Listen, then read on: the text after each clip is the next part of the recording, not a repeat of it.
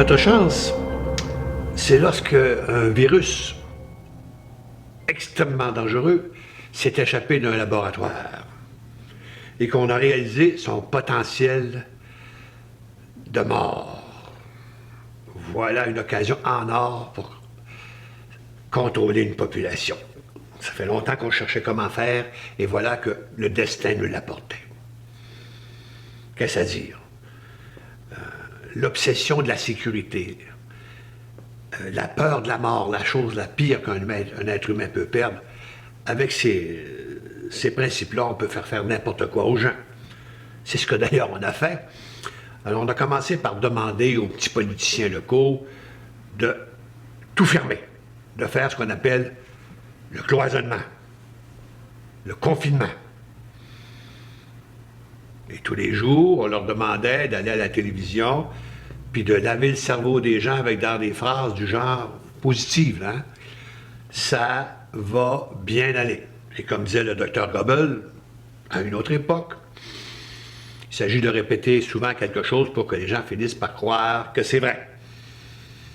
Alors après plusieurs semaines, voire plusieurs mois de confinement, il a bien fallu ouvrir la cage, laisser sortir le monde. Et alors là, on a imposé, en douce, pour leur bien, le masque. Masque qui avait l'avantage de créer une sorte d'anonymat, tout le monde devenait pareil, et deuxièmement, ça les faisait fermer, ce qui est pas mal non plus.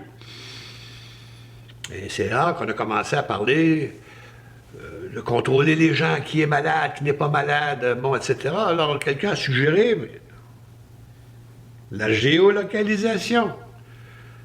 Quelle merveille que la géolocalisation.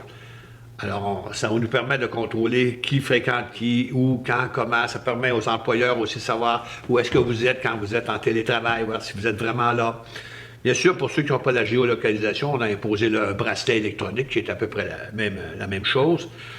C'était vraiment intéressant et pas de géolocalisation, bien sûr, on peut le dire, pas de travail. Pas de masque, pas de sortie, pas de géolocalisation, pas de travail, mais il restait quelque chose d'intéressant à faire. Et lorsqu'on a mis au point un vaccin, qu'on appelait un vaccin à nanotechnologie, là, mes chers amis, c'est le cas de le dire, on est passé à la vitesse supérieure.